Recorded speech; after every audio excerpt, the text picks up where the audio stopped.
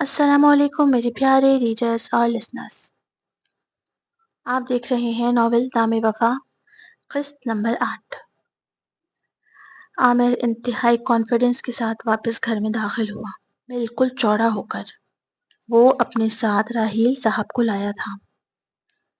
آپ چلے میرے ساتھ، دیکھیے اپنی بیٹی کی حرکتیں، اس کی نظر میں میری کوئی اہمیت نہیں ہے۔ کام سے تھک ہار کر آیا ہوں اور اسے اتنا نہیں پتا کہ شوہر کی چھوٹی چھوٹی ضرورتوں کا خیال کیسے کرتے ہیں۔ وہ آنن فانن بائک دوڑاتا ہوا اقرا کے مائکے پہنچا تھا۔ دروازہ ایسے زور سے بجایا کہ جیسے کوئی بھتہ خور بھتہ لینے پہنچا ہو۔ راحیل صاحب کے علاوہ بھی آس پاس کے کئی گھروں کے دروازے کھول کر دیکھا کہ کون ہے جو یوں دروازہ پیٹ رہا ہے۔ اس نے اندر آنے کی زحمت تو نہ کی، بلکہ وہیں دروازے پر بلند آواز میں انتہائی بھڑکے ہوئے لہجے میں یہ ساری بات کہی اور انہیں کہا کہ میرے ساتھ چلیں۔ وہ اسی کی بائک پر اس کے پیچھے بیٹھ کر ساتھ چلے آئے۔ عامر کے ساتھ گھر میں داخل ہوئے تو حیرانی نے انہیں آن گھیرا۔ انہیں لگ رہا تھا کہ کوئی بڑی بات ہے، شاید اقرا نے کھانا نہیں بنایا یا گھر نہیں صاف ہوگا جو یوں عامر بھاگتا ہوا آیا ہے، لیکن انہیں سب ٹھیک ہی لگا۔ اندر اپنے کمرے میں اقرا بیڈ پر بیٹھی رو رہی تھی۔ صبا، روحیل اور ان کے ابو بھی آگے کمرے میں موجود تھے۔ عامر انہیں سیدھا اپنے کمرے میں اندر لے کر گیا۔ اقرا کو بیڈ پر یوں بیٹھا دیکھ روحیل صاحب کے قدم دروازے پر منجمد ہوئے۔ انہوں نے ایک نظر بیٹی کی روئی روئی کملائی ہوئی صورت کو دیکھا اور اسی لمحے اقرا نے باپ کی طرف نظر اٹھائی تو کھڑی ہو گئی۔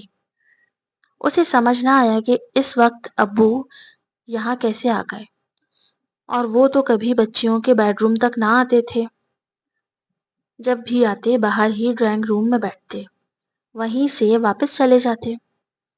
پھر ایک دم ہی عامر کے بولنے پر اندازہ ہوا کہ وہ خود نہیں آئے بلکہ انہیں عامر لایا ہے۔ یہ دیکھیں ذرا، پوچھے اس سے۔ عامر نے کمر پر ہاتھ رکھے حقارت سے کہا۔ اسے لگا کہ شاید اقرا کے والد اب اسے داماد کے کہنے پر ماریں گے۔ راحیل صاحب تو بس اقرا کو جانچتی نظروں سے دیکھ رہے تھے۔ وہ خاموش رہے، کچھ نہیں بولا۔ ان کی نظروں میں سوال کو بھانپ کر اقرا بس اتنا بولی کہ ابو، انہوں نے مجھے مارا ہے، میرے منہ سے خون نکل رہا تھا۔ نہ ہی راحیل صاحب نے اقرا سے کوئی سوال کیا، نہ ہی اقرا نے انہیں کوئی جواب دیا، بس یہ بتایا کہ اس کے منہ سے خون نکلا ہے۔ راحیل صاحب نے کسی ببر شیر کی طرح عامر پر نظریں پھیر کر گاڑ لی۔ جھوٹ کہہ رہی ہے، بہانہ کر رہی ہے، یہ میں نے کچھ نہیں کیا۔ عامر نے جو سسر کے تیور دیکھے تو وہ سٹ پٹایا۔ در حقیقت اسے ایک غلط فہمی ہو گئی تھی۔ اسے یہ لگ رہا تھا کہ پچھلے ایک مہینے سے جو کچھ وہ اقرا کے ساتھ بڑی ہی دیدہ دلیری سے کرتا آ رہا ہے، وہ سب وہ اپنے ماں باپ کو بتاتی ہے، لیکن اس کے ماں باپ اس کا ساتھ نہیں دیتے اور اسے گھر بسانے اور شوہر کی خدمت کے ہی درس دیتے ہیں، جیسے کہ ہر گھر میں شادی کے بعد بیٹیوں کو سسرال سے جنازے کی صورت ہی واپس آنے کا درس دیا جاتا ہے۔ ویسے ہی راحیل اور شائستہ نے بھی اقرا کو سب جاننے کے باوجود نبھا کرنے کا ہی کہا ہے۔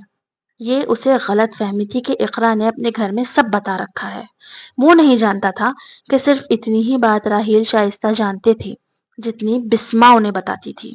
اقرا نے تو کبھی کوئی بات کی ہی نہ تھی۔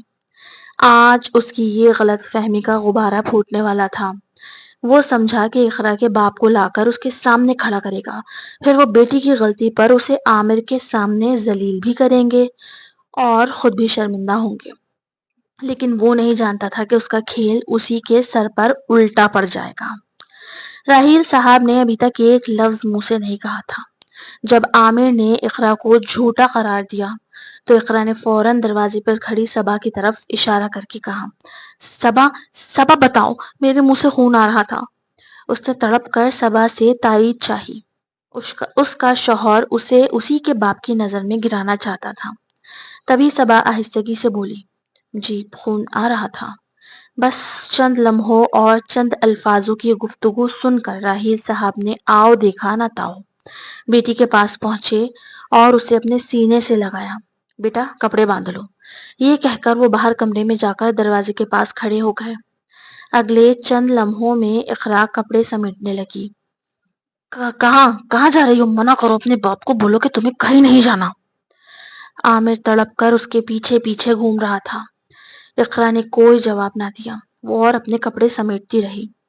عامر کے کئی بار بولنے کے باوجود بھی اس نے اسے کوئی جواب نہ دیا اور اپنے کپڑے سمیٹ کر باپ کے پیچھے جا کھڑی ہوئی۔ کہاں جا رہی ہو بھائی، شوہر کی اجازت کے بغیر؟ اب کی بار مداخلت کرنے والے عامر کے ابو تھے۔ جب ان کے بیٹے نے اسے مارا تھا تو انہوں نے نہ مداخلت کی، نہ ہی اسے روکا اور نہ ہی کسی اور کو بولنے دیا کہ میاں بیوی کا معاملہ ہے، بیچ میں بولنا مناسب نہیں۔ اور اب جب اقرا کو اس کا باپ اپنے ساتھ لے جا رہا تھا تو وہ بڑے بن کر بیچ میں بول رہے تھے، میری بیٹی ہے، میں اپنے ساتھ لے کر جا رہا ہوں، آپ ذرا میرے گھر پر تشریف لے آنا، پھر ہوگی بات، اس سے پہلے اقرا یہاں واپس نہیں آئے گی۔ راحیل صاحب کے عزلی کڑک لہجے میں کہی اس بات پر وہ خاموش ہو گئے۔ عامر کا بس نہیں چل رہا تھا کہ وہ کیسے اقرا کو روک لے۔ ظاہر ہے اب اسے رات کو اکیلے سونا ہوگا، وہ اسے تو ہر رات جو اپنی ہوس کو تسکین پہنچانے کی عادت جو ہو گئی تھی وہ اقرا کے بغیر ممکن نہ تھی۔ وہ جا رہی تھی، عامر دروازے تک اس کے پیچھے آیا، جو اس وقت اپنے باپ کی حفاظت میں تھی۔ رک جائیں، اسے ساتھ کیوں لے کر جا رہے ہیں؟ اسی لیے نہیں لایا تھا میں آپ کو۔ اس کے لہجے میں بد تہذیبی اور بدتمیزی رچی ہوئی تھی۔ وہ اپنا پورا زور لگا رہا تھا جب پیچھے سے اسے اس کے باپ نے پکڑا۔ پگلا گیا ہے کیا؟ اس 2 کوڑی کی عورت کے پیچھے کیوں جا رہا ہے؟ کتنے دن بٹھا کر کھلا لے گا شادی شدہ بیٹی کو راحیل؟ خود چھوڑ کر جائے گا جیسے لے جا رہا ہے، سکون سے بیٹھ۔ اتنا آسان نہیں ہوتا شادی شدہ بیٹی کو روٹی کھلانا۔ حقارت سے کہتے عامر کو وہ اپنے ساتھ اندر لے آئے، لیکن ابھی اسے گئے ہوئے آدھا گھنٹہ نہیں ہوا تھا کہ عامر بہرانے لگا تھا۔ بسمہ اور سلمان کہیں گئے ہوئے تھے، انہیں نہیں معلوم تھا کہ پیچھے گھر پر کیا ہوا ہے۔ راحیل صاحب اقرا کو لے کر گھر پہنچ گئے، پھر دونوں باپ بیٹی کے درمیان کوئی بات نہ ہوئی۔ اقرا کو گرم گرم کھانا شائستہ بیگم نے کھلا کر سونے کا کہا، پھر راحیل صاحب اور وہ چھت پر جا بیٹھے۔ شائستہ، اس کتے نے میری بیٹی پر ہاتھ اٹھایا ہے۔ اس کی بہن نے تصدیق کی کہ اقرا کے منہ سے خون نکل رہا تھا۔ راحیل صاحب کا غصے سے برا حال ہو رہا تھا۔ میں اسے اب ایسے نہیں بھیجوں گا، اسے اس کے باپ کے ساتھ بلاؤ، تمہارے ماموں کو ذرا یاد دلاؤں گا میں کہ میں نے اپنی بیٹیاں اس کے بھروسے اس کے بیٹوں کے حوالے کی تھی۔ وہ کہاں مر گیا تھا جب عامر نے اقرا پر ہاتھ اٹھایا؟ راحیل صاحب کا غم و غصے سے برا حال تھا، ان کا لہجہ بھی بلند تھا۔ شائستہ بیگم کو بھی بہت دھچکا لگا یہ سن کر کہ اقرا پر، 1 مہینے کی دلہن پر ہاتھ بھی اٹھایا جانے لگا ہے۔ 3 دن، پورے 3 دن تک رزاق ایک کروٹ لیٹا رہا۔ اسے نہ کھانے کی ہوش تھی نہ ہی کسی اور کام کی۔ اس کی ذات کی دھچیاں بکھیر کر مہر النساء کی زندگی میں کوئی فرق نہ آیا تھا۔ بچے بہت بے چین ہو گئے تھے باپ کی یہ حالت دیکھ کر۔ کیا ہوا ہے ابو، طبیعت ٹھیک نہیں کیا؟ چھوٹے بیٹے نے باپ کے ماتھے پر ہاتھ رکھ کر دیکھا۔ انہوں نے کوئی جواب نہ دیا۔ جیزی بھی سر جھکائے اپنی ماں سے اپنا منہ چھپائے چھپائے ہی گھوم رہا تھا، بالکل خاموش۔ وہ سمجھنے سے قاصر تھا کہ یہ میری ماں نے کیا کر دیا۔ ایک بچے کی نفسیات پر ماں باپ کی لڑائی کا بہت برا اثر پڑتا ہے، لیکن اس چیز کا کیا اثر پڑا ہوگا اس جوان ہوتے ہوئے لڑکے کے دماغ پر؟ کوئی بھی اولاد اپنی ماں کے حوالے سے ایسی بات کا تصور بھی نہیں کر سکتی، کیونکہ یہ کوئی انگریزوں کا معاشرہ تو ہے نہیں جہاں boyfriend girlfriend system ہو۔ وہ معاشرہ جہاں بچوں کو پتا ہوتا ہے کہ ہم اپنی ماں کے فلاں بوائے فرینڈ کی اولاد ہیں، اور وہاں تک بات پہنچنے سے پہلے ہی ان کا بریک اپ ہو گیا کہ وہ شادی کرتے۔ یہ وہاں عام سی بات ہے، 100% نہیں لیکن زیادہ تر لوگ اسی طرح زندگی گزار رہے ہیں۔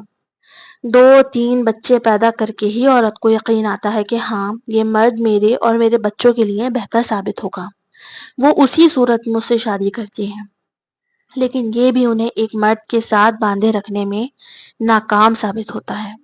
ایکسٹرا مارشل افیئرز یعنی شادی شدہ ہونے کے باوجود دوسرے مردوں سے تعلقات اور زندگی کے کسی بھی حصے میں کسی بھی عمر میں اپنے شوہر کو فخر سے چھوڑ دینے کا آپشن ان کے پاس ہوتا ہی ہے. لیکن یہاں پر عورتوں میں حیا اور وفا کا عنصر زیادہ ہے. ہمارے دین کی تربیت ہی ایسی ہے. ہمارا رب بے حیا گند پھیلانے والی عورتوں کو سخت ناپسند کرتا ہے. اور کیونکہ ہمارے بزرگ اپنی بیٹیوں پر سختی سے پردے اور محرم نامحرم کا فرق لاگو کرتے ہیں، انہیں بچپن سے سکھاتے ہیں، تو اسی لیے ہمارے معاشرے میں شر پر خیر غالب ہے الحمدللہ. لیکن ایسے بہت سے قصے ہیں جو یا تو لوگوں کے سامنے آتے ہی نہیں، انہیں اندر ہی دبا لیا جاتا ہے، یا معاشرے کی نظر سے بچ کر ایسے بہت کام کیے جاتے ہیں جن کا کسی کو علم نہیں ہو پاتا. مہر النساء کی پول کھلی نہیں تھی. اس نے علی الاعلان قبول کیا تھا. وہ ایک غلط فہمی کا شکار تھی. اے ہٹ مجھے اپنے باپ کے قدموں سے ہٹ جا. اٹھنا ہوگا تو اٹھ جائے گا. جاؤ تم لوگ اسکول جاؤ. مہر النساء نے بیٹے کو چیخ کر اسکول جانے کی ہدایت کی. اب صبح کے 9 بج رہے تھے. بچوں کو اسکول بھیج کر رضا کی موجودگی میں مہر النساء گھر سے نکل گئی تھی. وہ جانتی تھی کہ اب رزاق اس کا پیچھا نہیں کرے گا، کیونکہ انسان اسی چیز کی تلاش میں نکلتا ہے جو اسے معلوم نہیں ہوتی. رزاق کو تو سب پتہ چل گیا تھا. مہر النساء آج بھاگتی ہوئی یا لوگوں کی نظروں سے چھپ کر نہیں جا رہی تھی. اس کی چال میں ایک ٹھہراؤ تھا، بے خوفی تھی. خیاس کی دکان پر پہنچ کر اس نے مسکرا کر اسے بلایا. کیا ہوا، آج اندر نہیں بلاؤ گے کیا؟ خیاس جو اسے دیکھ کر بھی اپنے کام میں مصروف تھا. مہر النساء نے اسے کہا، ہاں آ جاؤ. مجھے تو لگا قصہ ختم، پیسہ ہضم. اب نہیں آؤ گی تم، تمہارے شوہر نے تمہیں رنگے ہاتھوں جو پکڑ لیا. خیاس نے کہتے ہوئے اسے اندر آنے کی جگہ دی. آج اس کے لہجے میں وہ وارفتگی نہ تھی. ارے اس کی تم فکر نہ کرو، دیکھ لیا تو کیا، ایک نہ ایک دن تو سب پتہ چلنا ہی تھا اسے. مہر النساء نے اصلی ڈھٹائی کا مظاہرہ کرتے ہوئے کہا. اچھا. خیاس نے ناسمجھی سے بولا. پھر اس نے 2 گھنٹے کے لیے دکان کا شٹر گرا دیا تھا. ایک بڑی ہی نازیبا سی مثال ہے کہ مفت کی شراب تو قاری بھی نہیں چھوڑتا، لیکن مردوں کی مثال ایسی ہی ہے. جب انہیں کوئی عورت مفت میں میسر آ جائے تو وہ اسے ضرور استعمال کرتے ہیں. خیاس اب تو رزاق کو بھی سب پتہ چل گیا ہے. میں اب مزید اس کے ساتھ نہیں رہنا چاہتی. تم اب ایسا کرو کہ اپنی بیوی کو طلاق دے دو، اور میں بھی رزاق سے طلاق لے لوں گی، پھر ہم شادی کریں گے. مہر النساء نے غیاث کو شاید رزاق سمجھ لیا تھا جو ایسے حکم دے رہی تھی. وہ نہیں جانتی تھی کہ رزاق ایک ہی تھا جسے وہ کھو چکی ہے. کیا دماغ صحیح ہے؟ میں تمہارے لیے اپنے بچوں کی ماں کو کیوں چھوڑنے لگا؟ وہ ایک حیا والی عورت ہے، میری بیوی ہے. اس کے کردار کو میں بخوبی جانتا ہوں. میرے سوا اس کے بستر کا کوئی امین نہیں. اس نے اپنی عزت یعنی میری امانت میں کبھی خیانت نہیں کی ہے. میرے علاوہ وہ کسی اور کو نظر اٹھا کر نہیں دیکھتی. میں اس جیسی حیا والی عورت کو چھوڑ کر تم جیسی فحاشہ سے کیسے شادی کر سکتا ہوں؟ پتہ چل رہا ہے میری بیٹیاں بھی یہی سب کرتی پھر رہی ہیں. توبہ توبہ. خیاس نے جھرجھری لے کر کانوں کو ہاتھ لگایا تھا. مہر النساء کی زبان تالو سے جا لگی تھی. اس کے ہونٹ سل گئے تھے اپنے بارے میں اپنے محبوب کے خیالات جان کر. اسے وہ دھکا لگا کہ پھر اس کے منہ سے ایک لفظ نہ نکل سکا. اسے تو یہی لگا تھا کہ غیاث اسے سچے دل سے اپنا چکا ہے. اس کی باتیں ہی ایسی ہوتی تھی کہ کوئی بھی کمزور کردار کی عورت اس کی گرویدہ ہو کر رہ جائے. لیکن اب کیونکہ غیاث جانتا تھا کہ مہر النساء کے شوہر کو سب پتہ چل گیا ہے اور باقی محلے کو پتہ لگنے میں دیر نہیں لگے گی، وہ بدنام ہو جائے گا، تو اسی لیے اس نے صاف اپنا پلہ جھاڑ لیا. وہ یہی چاہتا تھا کہ اب مہر النساء خود اس کے پاس آنا چھوڑ دے. اسے اب مہر النساء جیسی کسی اور حسینہ کی تلاش تھی. مہر النساء نے اپنا عبایا اپنے وجود کے گرد لپیٹا اور دکان سے باہر قدم رکھا. اتنے میں اس کی سماعتوں سے غیاث کی آواز ٹکرائی. وہ پلٹی تو نہیں، لیکن ایک مرہون سی امید کے تحت رک کر سننے لگی. شاید وہ اسے روکنے کے لیے پکار رہا ہو، لیکن اس نے جو کہا اس سے اسے مزید غیاث کی نظروں میں اپنے اوقات کا پتہ چل گیا تھا۔ اور ہاں مانو، اگر کبھی میری ضرورت محسوس ہو، مطلب اس نے آگ دبا کر جملہ مکمل کیا، مطلب اگر تمہاری آگ بجھانی ہو تو اپنے عاشقوں میں سے ذرا مجھے ضرور یاد رکھنا، میں سب سے سچا عاشق ہوں گا تمہارا۔ وہ ایک تمسخرانہ ہنسی ہنستا ہوا اسے یہ باور کروا گیا تھا کہ تو وہ عورت ہے جو کبھی ایک مرد سے مطمئن ہو ہی نہیں سکتی، یقیناً تمہارے کئی عاشق ہوں گے۔ یہ ہوتا ہے جب عورت اپنے آپ کو خود بے مول کر دیتی ہے۔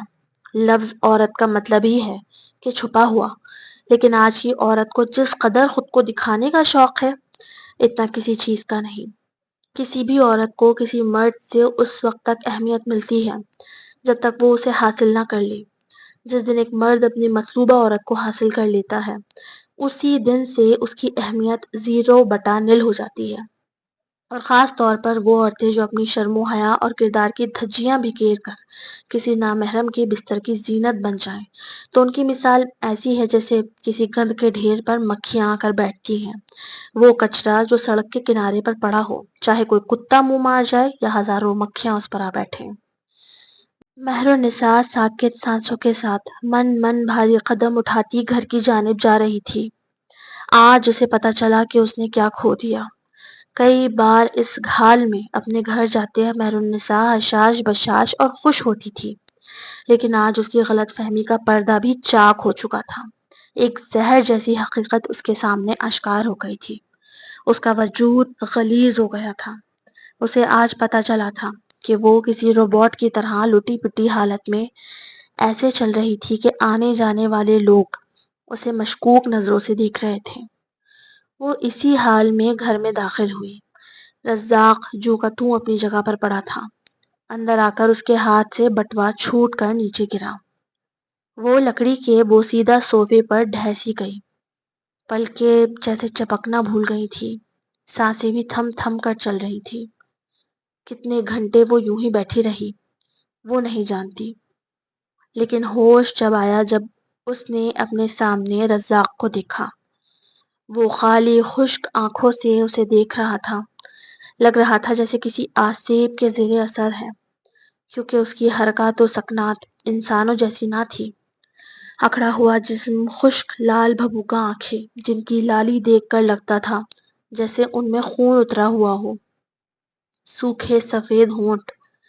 مہرالنساء کو اسے دیکھ کر پہلی بار خوف محسوس ہوا تھا۔ چلو میرے ساتھ، وہ بولا، اور ساتھ ہی مہرالنساء کا ہاتھ پکڑ کر کمرے میں گھسیٹنے لگا۔ مہرالنساء حلق کے بل چلائی تھی، چھوڑو مجھے، چھوڑو۔ اس کی مزاحمت کا رزاق نامی اس لاش پر کوئی اثر نہ ہوا۔ مہرالنساء پہلے ہی ٹوٹ پھوٹ کا شکار تھی، لیکن اس کے ساتھ کمرے میں لے جا کر جو رزاق نے کیا، اس سے تو اس کی جان ہی فنا ہونے لگی۔ اس سے آج پتا چلا تھا کہ پامال ہونا کسے کہتے ہیں۔ شوہر جب عزت و تکریم کے ساتھ اپنی بیوی کو حق دیتا ہے، اور جب وہ اسے پامال کرنے کی نیت سے اس کی عزت کی دھجیاں بکھیرنے اس کے پاس آتا ہے، تو ان دونوں معاملات میں کیا فرق ہے؟ جی ہاں، شوہر کے ہاتھوں بھی بیویوں کی عزت پامال ہو جاتی ہے۔ وہ اپنی ہی حلال عورتوں کی عزتوں کے لٹیرے ہوتے ہیں، اور دنیا کی نظر میں وہ سب جائز ہوتا ہے۔ To be continue, AW Urdu novel don't copy my novel. پھر ملتے ہیں، اللہ حافظ۔